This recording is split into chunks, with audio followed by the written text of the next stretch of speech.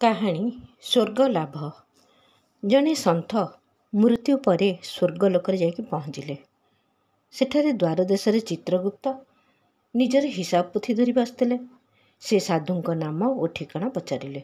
ସାଧୁ ଗର୍ବର ସହିତ ଉତ୍ତର ଦେଲେ, ମୁଁ ପୃଥିବୀର ଅମୁକ ପ୍ରସିଦ୍ଧ ସନ୍ଥ ବୋଲି କ'ଣ ଆପଣ ଜାଣିନାହାନ୍ତି? ଚିତ୍ରଗୁପ୍ତ ପ୍ରଶ୍ନ କଲେ, ଆପଣ ଜୀବନରେ କି କାମ କରିଛନ୍ତି? ସାଧୁ ଉତ୍ତର ଦେଲେ, ଜୀବନର ପ୍ରାରମ୍ଭିକ ଅର୍ଦ୍ଧେକ ସମୟରେ ମୁଁ ଲୋକମାନଙ୍କୁ ପ୍ରେମ କରୁଥିଲି ଏବଂ ସାଂସାରିକ କର୍ତ୍ତବ୍ୟରେ ବ୍ୟସ୍ତ ଥିଲି। ଜୀବନର ଅନ୍ତିମ ଅର୍ଦ୍ଧେକ ସମୟରେ ମୁଁ ତପସ୍ୟା କଲି ଏବଂ ପୁଣ୍ୟ ଲାଭ କଲି।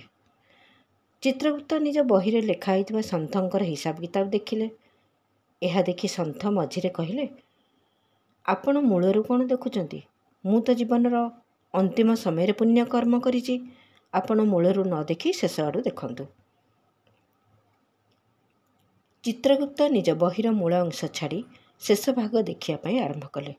ସେଠାରେ ପୁଣ୍ୟ ନାମରେ କିଛି ହେଲେ ଲେଖା ନଥିଲା। ତେଣୁ ଚିତ୍ରଗୁପ୍ତ ବହିର ମୂଳ ଦେଖିଲେ ଏବଂ କହିଲେ, ଭାଇ, ତୁମେ ଜୀବନର ପ୍ରାରମ୍ଭିକ ଅଂଶରେ ହିଁ ପୁଣ୍ୟ କରିଛ, ପରବର୍ତ୍ତୀ ଅଂଶରେ ତ କିଛି ନାହିଁ।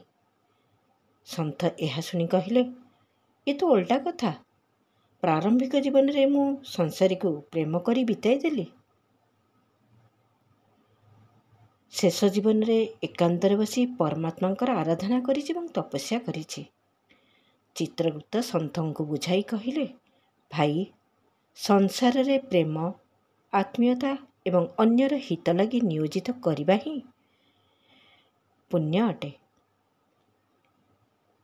ସେହି କାରଣରୁ ତୁମେ ସ୍ୱର୍ଗ ଲାଭ କରିଛ।